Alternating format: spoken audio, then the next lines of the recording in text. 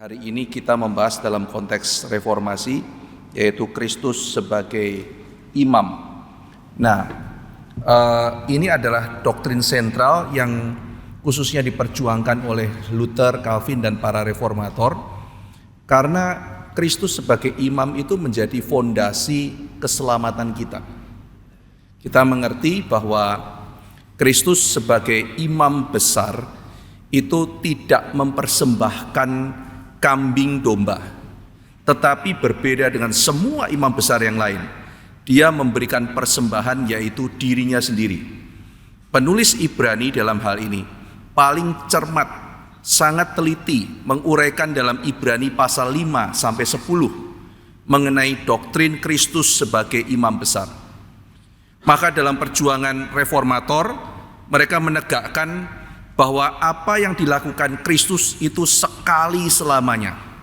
Dia sudah memberikan hidupnya, mati menebus dengan sangat sempurna. Dan sebagai imam besar, dia memperdamaikan kita dengan Tuhan. Dan lalu kemudian tugas berikutnya sebagai imam adalah dia mendoakan kita. Maka tanpa syafaat Kristus, tanpa ketaatan Kristus, dan tanpa penebusan Kristus, maka tidak ada pengampunan dosa. Dan itu sangat ditekankan reformator di tengah-tengah situasi di mana mereka, gereja saat itu berpikir ada banyak mediator. Maka satu-satunya mediator yang menyelamatkan bukan sakramen, bukan kebaktian, bahkan bukan gereja lokal, tetapi yang menyelamatkan satu-satunya itu Kristus, dan tidak ada imam lain selain Kristus. Maka tidak ada imam yang memberikan korban ulang, karena korban itu sudah sempurna. Nah, itu adalah Kristus sebagai imam besar yang diperjuangkan oleh reformator. Nah, hari ini kita akan meneliti doktrin Kristus sebagai imam besar. Nah, tadi saya sudah sebutkan salah satu teks itu adalah Ibrani, ya. Dalam kitab Ibrani itu nanti saudara bisa lihat pasal 5 sampai pasal ke-10. Tetapi saya akan memberikan sedikit pergumulan dari penulis kitab Ibrani. Apa sih yang dipergumulkan oleh penulis kitab Ibrani ketika dia mengangkat doktrin Kristus sebagai imam besar? Jadi pada waktu itu banyak sekali orang Yahudi yang jadi Kristen. Nah, setelah orang Yahudi menjadi Kristen, mereka itu menghadapi tantangan, yaitu godaan atau juga mungkin serangan dari orang-orang Yahudi yang masih hidup di zaman itu. Nah, di zaman kitab Ibrani ditulis, saat itu belum ada perusakan bait suci. Jadi bait suci belum dihancurkan Titus, masih berdiri. Nah, sehingga pada waktu itu ritual korban masih dijalankan. Ritual korban masih dilakukan. Maka orang-orang Yahudi yang tradisional mengatakan kepada orang Yahudi yang jadi Kristen, kok ibadahmu itu kelihatannya abstrak ya, tidak konkret ya. Mana altarnya? Oh, altarnya sudah dalam Yesus. Apa itu dalam Yesus? Ini loh, ini altar. Mana lembunya? Ini loh, ibadah tuh konkret, bisa dipegang tuh. Tuh empuk kan sapinya, dombanya empuk kan.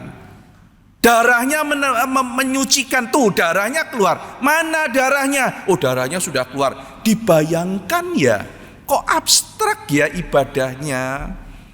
Kamu sekarang isinya cuma pidato. Kalau aku langsung loh bisa pegang, merasakan, ada sensasinya. Abstrak kamu, ini ibadah real. Mereka mulai pikir, iya ya, kurang sensasional ya. Kok dibilang kamu cukup dalam Yesus, Yesus menebus dosamu, loh, tapi itu betul-betul disembelih loh. Darahnya keluar loh. Saya mengalami loh. Mana bait sucimu? Tidak ada bait suci. Ibadah kok di tempat kayak begitu. Nih, bait suci yang megah. Iya ya, kerasa ya. Ini loh ibadah. Aturannya jelas, bangunannya megah, orangnya banyak, lalu ibadahnya bisa dirasakan. Wah, itu pukulan lama-lama, saudara. mulai goyah dia, ditambah serangan lagi.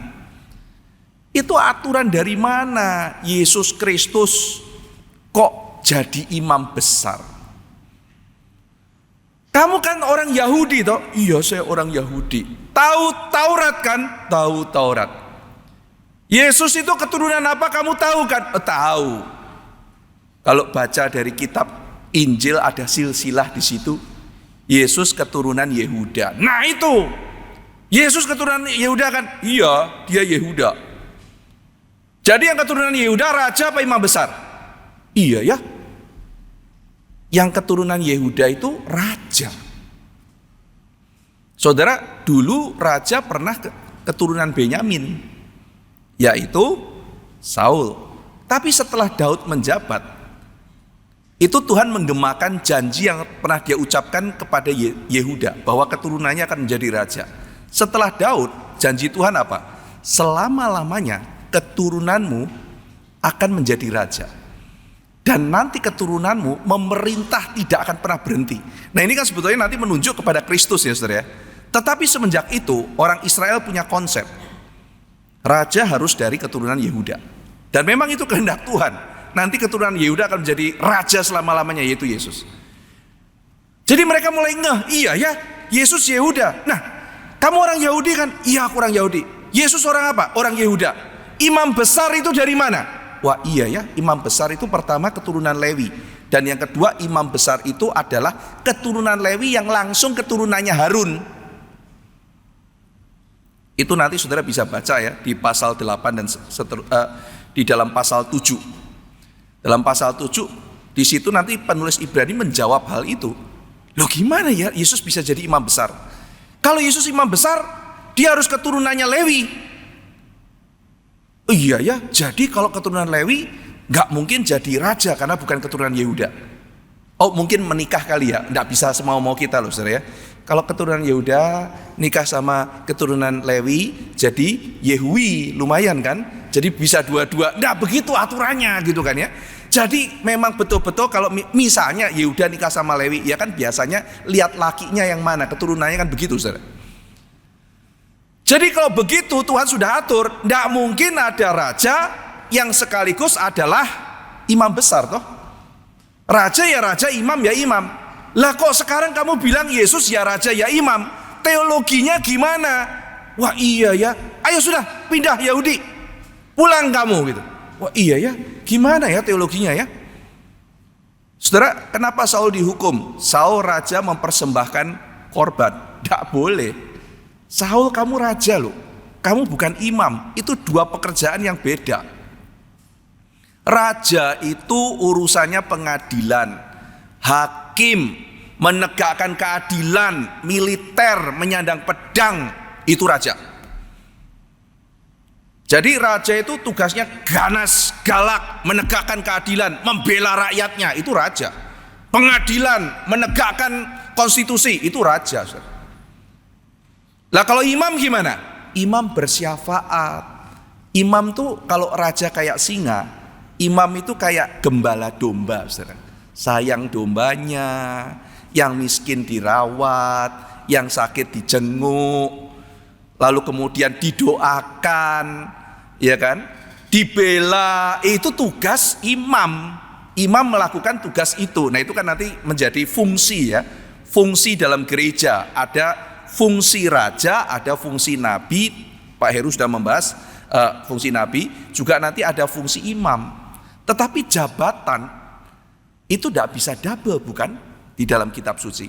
Tetapi menarik loh saudara, bukan hanya penulis Ibrani, tetapi kalau saudara membaca Injil, misalnya taruhlah Yohanes. Yohanes itu mempresentasikan Yesus itu sebagai imam dan raja sekaligus. Kita pernah melakukan eksposisi Injil Yohanes ya, saya pernah bahas saudara. Ketika Yesus di atas kayu salib, dia akan mati menebus dosa seperti domba yang disembelih. Itu imam atau raja saudara? Ayo, Yesus mati di atas kayu salib, itu fungsi imam atau fungsi raja? Sekali lagi ya, mengalirkan darah, menebus dosa, itu imam apa raja? Imam ya, tadi Ibrani kan menjelaskan Yesus itu imam besar. Bedanya imam besar terus bolak-balik bawa kambing domba, bawa domba-domba ya. Nah domba-domba dibawa, tetapi imam besarnya itu sendiri berdosa, mesti menyucikan diri dulu. Tetapi Yesus tidak berdosa, dan Yesus satu kali cukup. Kenapa? Karena darahnya itu menggenapkan. Dia anak Allah, dia domba yang sejati. Nah saudara perhatikan, Yohanes ketika mau menampilkan sosok Yesus yang tersalib, dia mengatakan Yesus itu imam, dia adalah domba yang disembelih. Masih ingat kan ketika saya khotbah mengenai hisop? Iya kan? Jadi kalau pendengar zaman sekarang Yesus dikasih hisop, gak kepikir apa-apa, atmosfernya, suasananya gak kebangun. Apa itu hisop? Hisop gitu kan ya. Jadi cuman gitu aja. Ya sudah, apa itu? Gak ngerti itu. Tetapi kalau pembaca zaman itu dibilang Yesus dicucuk pakai hisop, langsung dia ngerti. Kenapa? Karena orang Israel tahu pada waktu Paskah itu malaikat keliling-keliling membunuh anak sulung. Tapi kalau pintu rumah itu dikasih darah, yang diciprat darah oleh hisop. Hisopnya celup ke darah, lalu kemudian kasih itu. Disitulah dilewatkan.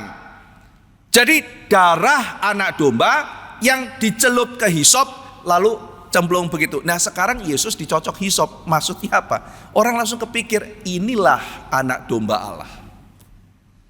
Jadi sepanjang Injil Yohanes, dia mempresentasikan Yesus itu sebagai domba yang tersembelih. Tetapi sekaligus kita semua tahu saudara, Yohanes mau mengatakan yang disalib itu raja.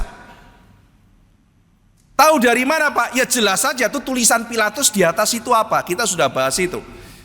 Pilatus gede-gede menulis, Yesus orang Nazaret, raja orang Yahudi. Gede-gede 3 bahasa. Waktu itu saya khotbah mengatakan tulisan kalau INRI apalagi disingkat gitu ya, itu biar lebih gampang. Yang benar ada satu lukisan yang benar menggambarkan. Itu papannya besar dan tulisannya 3 bahasa. Pertama bahasa Ibrani, kedua bahasa Yunani, ketiga bahasa Latin. Gede pelangnya saudara. Dan cukup besar sehingga orang yang lewat bisa baca. Dan itu ditulis oleh Pilatus sendiri. Gak tahu itu nulisnya benar atau dia ngantuk karena kurang tidur semalam begadang ya. Yang pasti diprotes sama orang-orang Farisi dan yang lain-lain. Pilatus, kamu salah. Harusnya kamu tulis Yesus orang Nazaret yang ngaku raja orang Yahudi. Lah kok kesalahannya Yesus orang Nazaret raja orang Yahudi? Masa salah karena dia raja lalu kita matikan? Kan kesalahannya karena dia ngaku raja. Ini apa-apaan? Ini kan proklamasi dia raja. Pilatus gak mengatakan, aduh kurang tidur, turunkan, aku tulis ulang. Pilatus mengatakan, apa yang tertulis itu yang akan tetap tertulis. Wah gagah ya. Gak tahu tuh mungkin apa yang tertulis mungkin ya, kita gak tahu. Atau aduh apa yang tertulis, atau memang aku kayak begitu, mauku, gua mau nyindir lu orang. Saya gak tahu saudara yang mana, dan gak ada yang tahu. Tapi yang pasti adalah apapun itu, Tuhan pakai tangan Pilatus untuk menyatakan proklamasi. Manusia menyalibkan Yesus seperti kata Yohanes, karena Yesus sudah terbukti tidak ada salah. Secara pengadilan kita sudah teliti, itu semuanya salah total, itu salah prosedur. Pertama, tidak boleh ada pengadilan malam hari, Yesus diadili malam hari. Yang kedua, tidak boleh ada pengadilan tanpa tuduhan. Itu tidak ada tuduhan, Yesus ditanya sama imam besar. Kamu begini ya? Yesus diam aja kan? Kamu ngomong begini, benar gak? Ya Yesus diam. Lah, saya kan diadili. Kan kenapa kamu hakim nanya sama saya? Zaman sekarang pun yang nanya jaksa kan yang nuntut saudara. Kenapa kamu hakim juga jadi penuntut? Ya. Lalu kemudian, tidak ada yang nuntut saya, kenapa saya ngomong? Dipukul. Tidak boleh ada orang belum terbukti bersalah dipukul. Lalu setelah itu dia pancing-pancing, lalu menghadirkan saksi palsu. Dalam Injil Markus ditulis semua saksi itu berbicara satu sama yang lain, tidak ada yang sama. Jadi udah pakai saksi palsu pun berantakan. Harusnya itu gugur. Terus dipancing ditanya, Yesus jawab, nah kamu sok drama, sobek-sobek baju saudara. Kamu sudah ini menghujat Tuhan. Tidak boleh ada hukuman karena kesaksian orang itu pribadi. Harus dibuktikan oleh beberapa saksi. Itu semua melanggar peraturan saudara. Tidak boleh ada hukuman mati menjelang hari raya. Itu mau hari Paskah. Menjelang hari raya tidak boleh masuk rumah orang kafir. Mereka datang ke Pilatus, semuanya kacau saudara itu. Dan setelah diadili Pilatus, terbukti Yesus tidak bersalah, tapi disalibkan juga. Wah, ini kacau, luar biasa. Jadi Yesus adalah domba yang tidak bercacat. Itu imam. Tapi dia juga adalah raja. Dan karena dia bersaksi, Yesus mengatakan ketika ditanya sama Pilatus, Pilatus tanya, kamu raja ya? Kamu yang mengatakannya. Untuk itu aku datang, dan untuk itu aku bersaksi tentang kebenaran. Nah, jadi di sini Yesus adalah imam, Yesus adalah raja. Nah, maka orang Kristen diajar, Yesus itu bukan cuma raja, Yesus itu imam. Sekarang bahkan imam besar.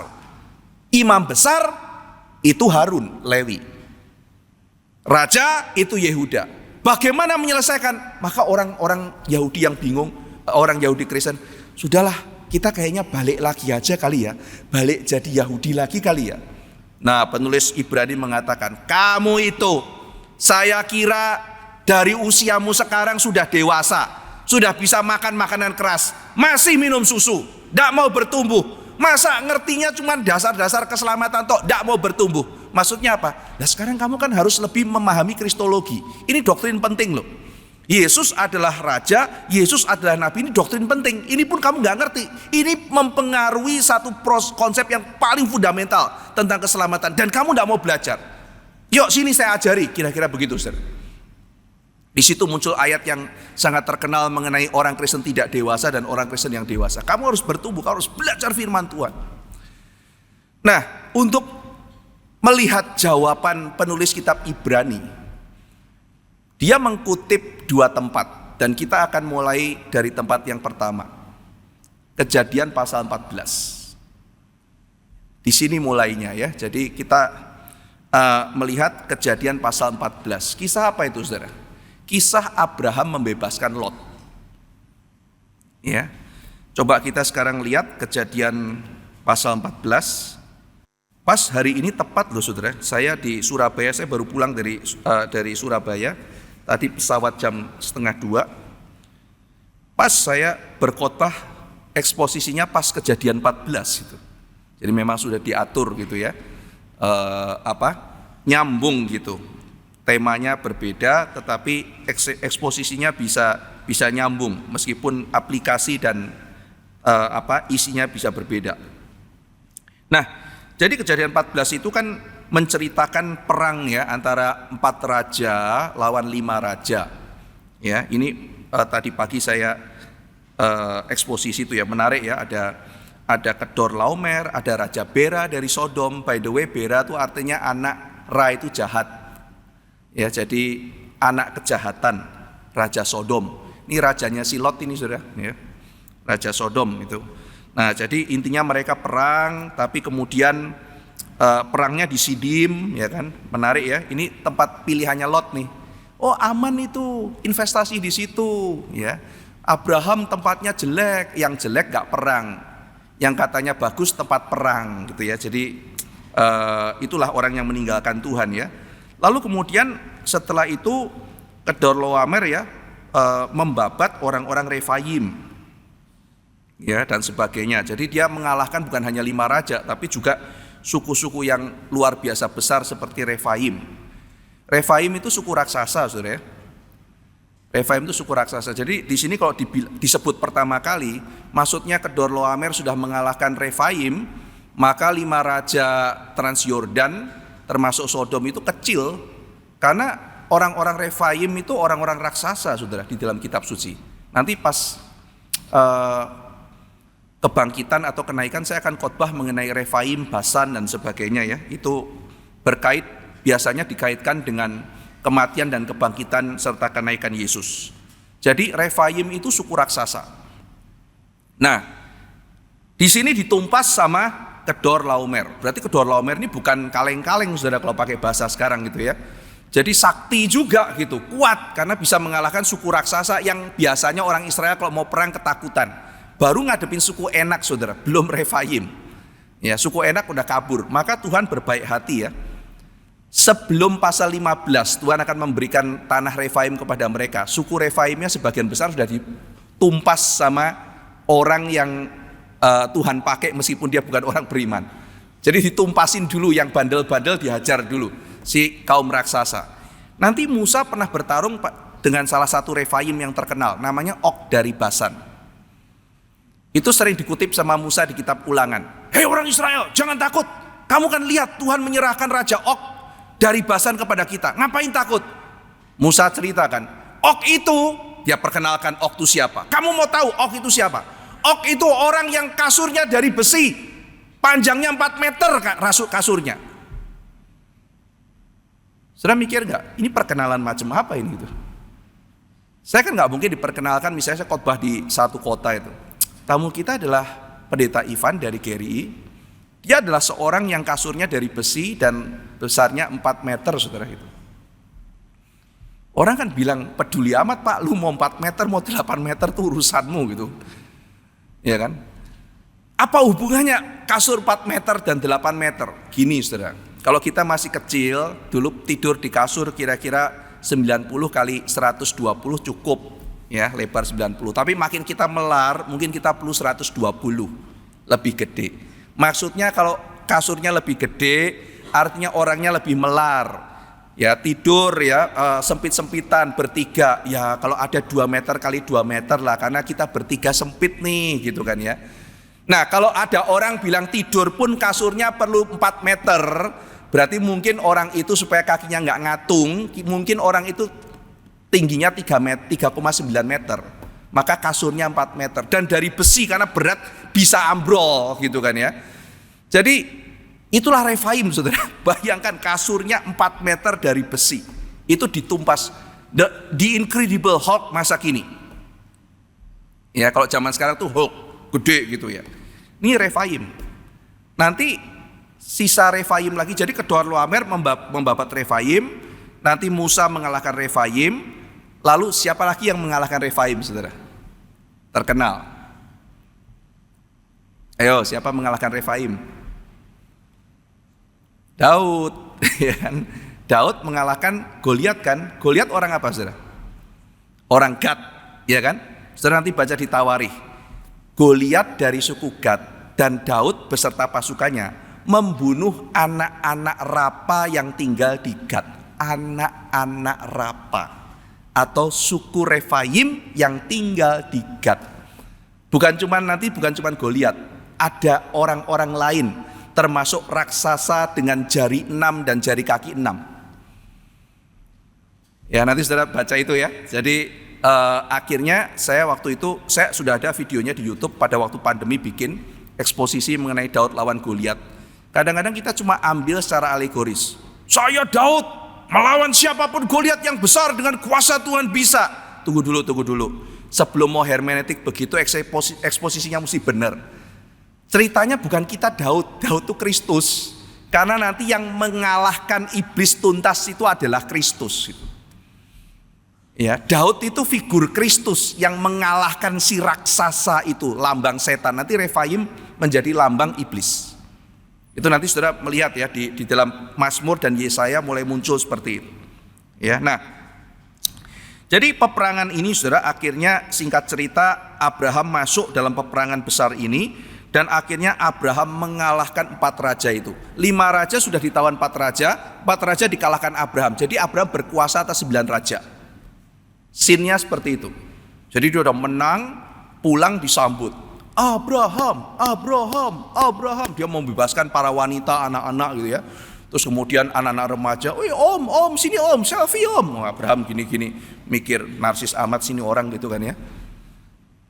Lot itu cari popularitas, cari kekayaan. Abraham tuh orangnya B aja saudara. Otaknya cuma satu, worship. Gagal, nyembah Tuhan. Sukses, nyembah Tuhan. Abraham hidupnya kayak begitu. Simple. Kaya, nyembah Tuhan. Lapar, nyembah Tuhan. Gitu, saudara. Konsisten, otaknya dia itu hidup mau susah, mau seneng, mau kaya, mau miskin, melayani Tuhan. Itu Abraham. Nah, ketika dia pulang, mungkin dielu-elukan, dia nyantai. Tiba-tiba muncul, dikatakan kalau saudara membaca di ayat yang ke-18, ayat 17, keluarlah Raja Sodom menyongsong dia ke lembah Siwik, lembah raja. Ayat 18, Melkisedek Raja Salem membawa roti dan anggur. Jadi ada dua raja menyambut dia. Nah, ini menarik saudara. Perang yang lebih besar itu bukan perang di atas. Setelah Abraham menang perang, dia pulang, dia disambut dua raja. Dan ini perang yang lebih halus. Apakah Abraham akan bersikap ya terhadap Raja Salem, atau dia bersikap ya terhadap Raja Sodom? Raja Sodom artinya Bera, artinya anak kejahatan. Sementara Melkisedek, Melek itu raja, Zadik itu righteousness, King of righteousness itu dikutip di Ibrani. Melkisedek adalah raja kebijaksanaan. Dia adalah Raja Salem. Nah, Ibrani langsung mengatakan dia adalah raja damai. Jadi dia menarik menjadi sifat sang Melkisedek. Itu boleh saudara. Tetapi memang ada dalam kitab Mazmur, ada kota namanya Salem. Dan itu nanti menjadi cikal bakal Yerusalem. Jadi ini adalah Melkisedek, Raja Salem. Betul-betul ada namanya Salem. Datang keluar menyambut Abraham. Dan langsung spotlightnya kepada Melkisedek, saudara. Spotlightnya ke Melkisedek. Tadinya kan spotlight ke Abraham. Abraham juga jalan. Abraham mungkin ditatang gitu ya, dia begini-begini gitu kan ya. Nyantai gitu. Lot mana? Kan dia iseng gitu. Hey Lot, ini Om gitu kan ya. Hai Om gitu. Balik yuk, balik ikut Om yuk. Ya, Lot enggak mau, saudara. Ayolah, baliklah ikut Om lah, melayani lagi. Enggak usah gitu. Lot, dosa itu menakutkan. Tuhan sudah kasih tanah perjanjian, kasih komunitas Kristen, kasih keluarga Kristen, kasih sekolah Kristen, kasih kelompok kecil Kristen. Ayolah Lot, pulang, ngapain lu di Sodom, keluar tanah perjanjian. Om, orang di luar gak semenakutkan Om, jangan fanatik lah. Aku lihat orang-orang Sodom juga lumayan kok, aku bisa kontrol diri. Enggak kalau aku rusak. Lumayan, orang Kristen banyak yang jahat. Om kan tahu tuh lihat tuh tante sebelah itu julid, dia suka jahatin orang. Apa menyembah Yahweh? Tidak bener. Ini tetanggaku lebih bener Om. Oke lah, tidak usah terlalu fanatik. Ke gereja YouTube ada Om, udah. Keluarga Kristen, tidak usah kayak gitulah. Banyak orang Kristen tidak baik. Ada orang Kristen baik, aku lebih suka sama itu Om. Aku bisa mengatur diriku sendiri, aku tidak perlu itu. Ayolah Lot, pulang gak sama Om? Gak perlu. Udah kayak begitu ya, dielu-elukan. Lot ya gak mau. Terus tiba-tiba muncul Melkisedek. Bawa roti sama anggur. Kata Calvin, tipologi perjanjian baru nanti, perjamuan kudus. Dia keluar, Abraham makan. Dengan cinta kasih menyambut. Imam kok kasih makan orang lapar. Nanti Raja Sodom keluar, kasih makan? Enggak, saudara. Ya kan? Terima kasih? Enggak. Ngomong apa? Balikin orangku, harta buat you.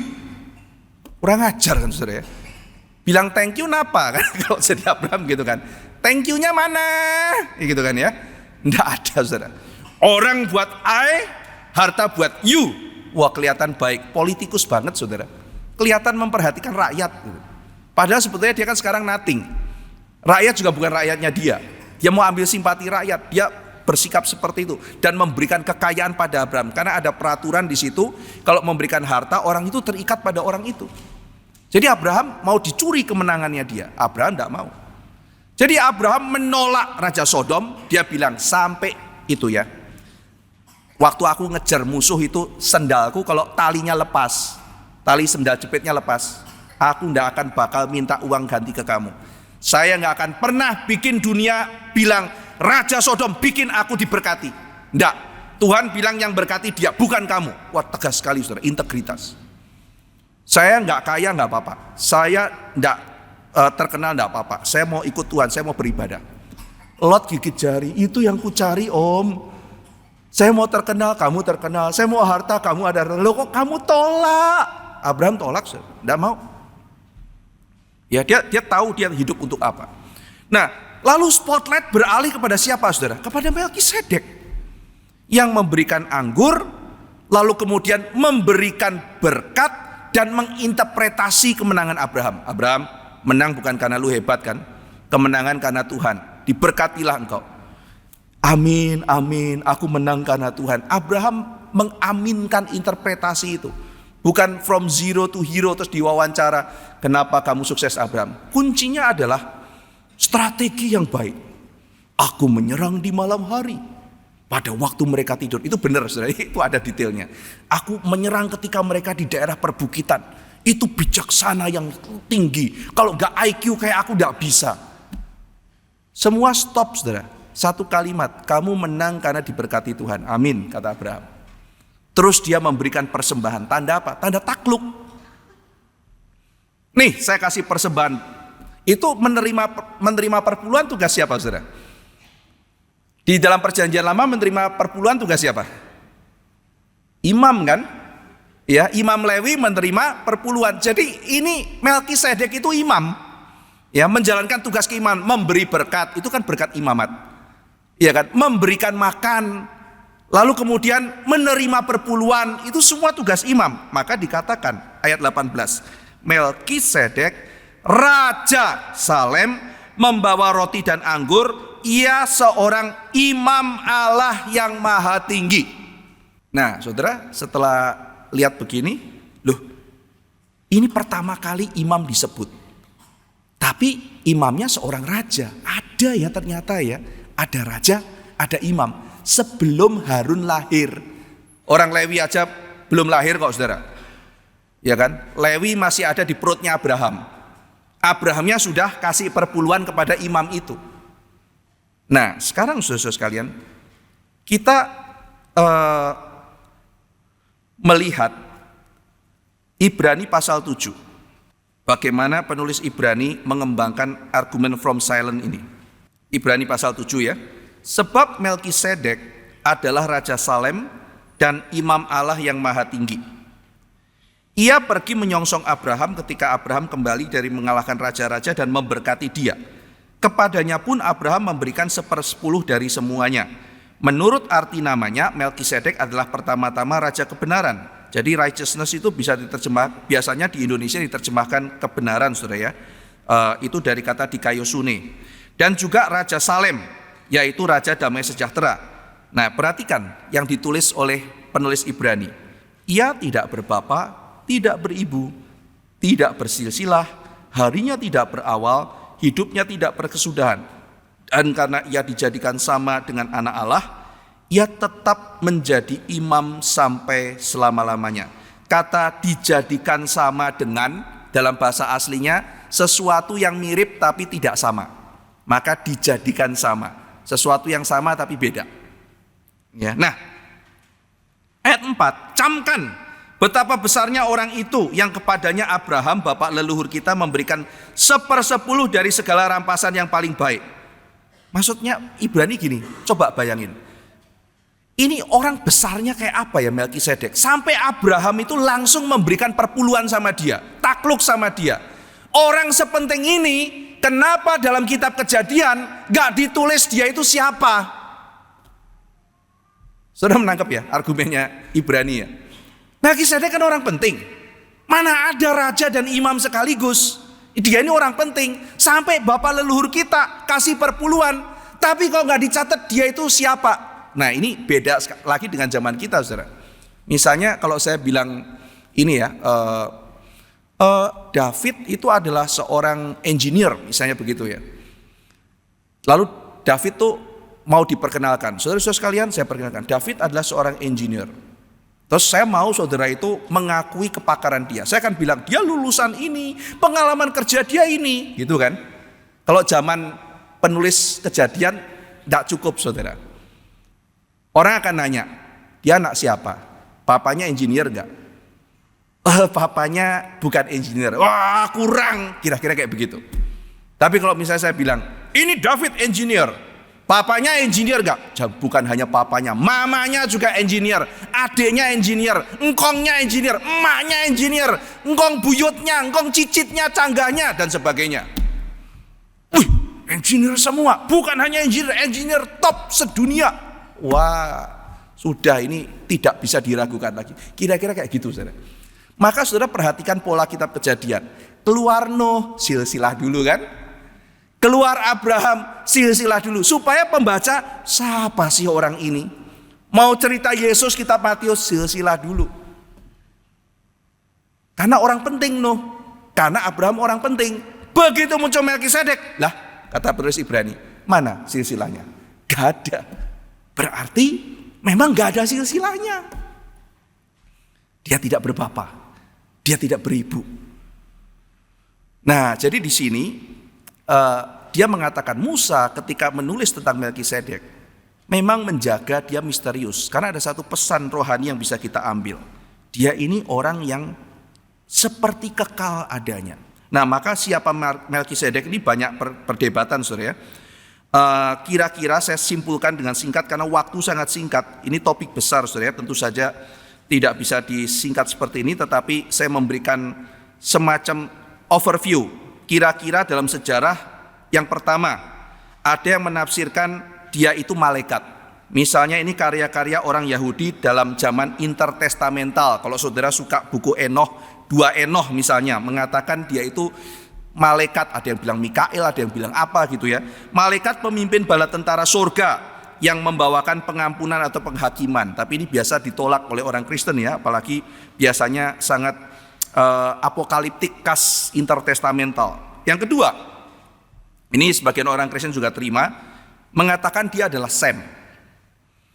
Dari mana ini awalnya? Ini dari Midras. Bereshit Rabba menulis, beberapa Targum juga menulis bahwa dia adalah Sem, karena diperkirakan, dihitung-hitung saat itu Sem itu sudah tua. Dan Sem kemungkinan disebut imam besar. Sem saat itu sudah terlalu tua sehingga dibilang tidak berbapak, tidak beribu dan sebagainya.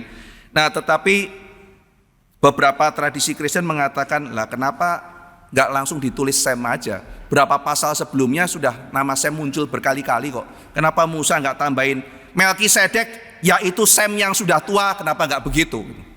Kenapa jadi misterius sekali? Jadi Calvin dan sebagainya menolak ini Sem. Yang ketiga, saudara, ini adalah dianggap preinkarnasi Kristus. Ini beberapa orang seperti Ambrosius dan sebagainya mengatakan dia adalah Kristofani, Yesus yang menampakkan diri.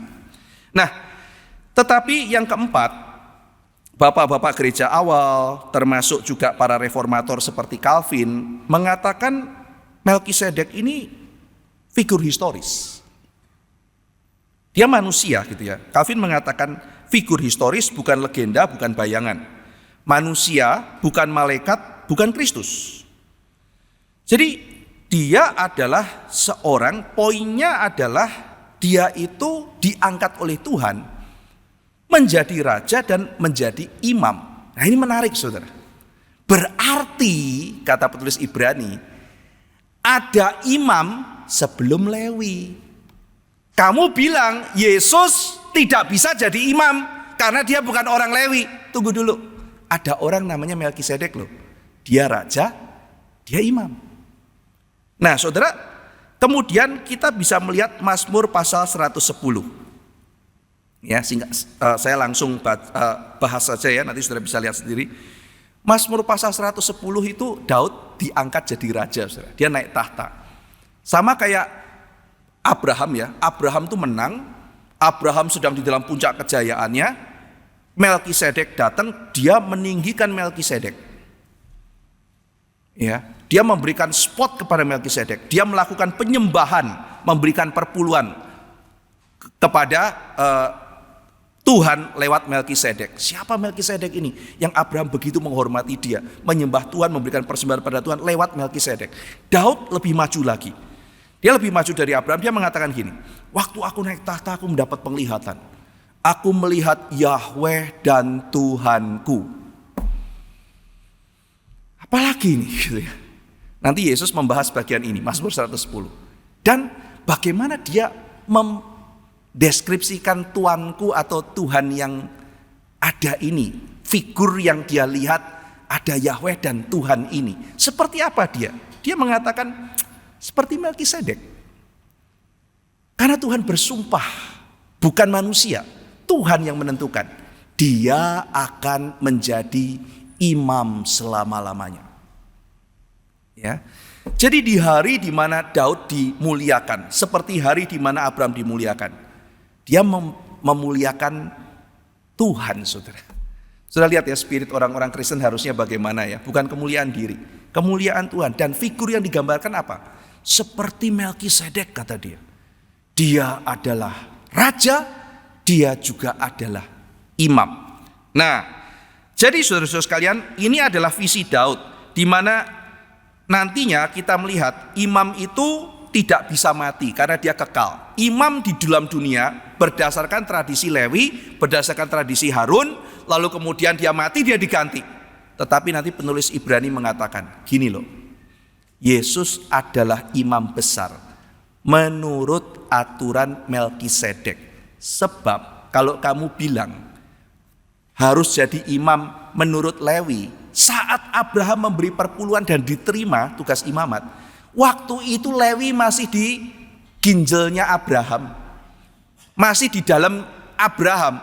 Jadi kamu mau mengatakan gak ada imam, berarti Abraham gak sah. Ngaco kamu. Berarti ada imam di luar Lewi, yaitu imam satu-satunya dalam kitab suci menurut Melkisedek. Nah, penulis Ibrani mengatakan, sudah paham, sudah bisa makan makanan keras, sudah belajar kristologi, jadi jangan mau diserang. Bilang Yesus adalah imam berdasarkan peraturan Melkisedek. Suruh dia buka Alkitab, suruh baca Kejadian pasal 14, suruh baca Mazmur 110. Kira-kira ceritanya Ibrani begitu, saudara. Oh sudah, oh ya saya tahu Yesus adalah imam, Yesus adalah raja. Tapi tadi gimana jawabnya ya? Kok kayaknya ibadahnya abstrak-abstrak gitu, kurang konkret. Penulis Ibrani mengatakan apa dalam Ibrani pasal 8 ayat 5. Yuk kita baca, saudara. Ibrani 8 ayat 5. Pelayanan para imam itu ya, pelayanan mereka adalah gambaran dan bayangan dari apa yang ada di surga. Sama seperti yang diberitahukan kepada Musa ketika ia hendak mendirikan kemah. Ingatlah demikian firman-Nya, bahwa engkau membuat semuanya itu menurut contoh yang telah ditunjukkan kepadamu di atas gunung itu. Ayat 6, tetapi sekarang ia telah mendapat suatu pelayanan yang jauh lebih agung. Jadi ayat 5, pelayanan Lewi itu gambaran, bayangan. Dia bilang kamu jangan mau dibalik. Apa itu abstrak, ngomong-ngomong tok, pidato-pidato tok. Aku loh ada mesbahnya, itu bayangan.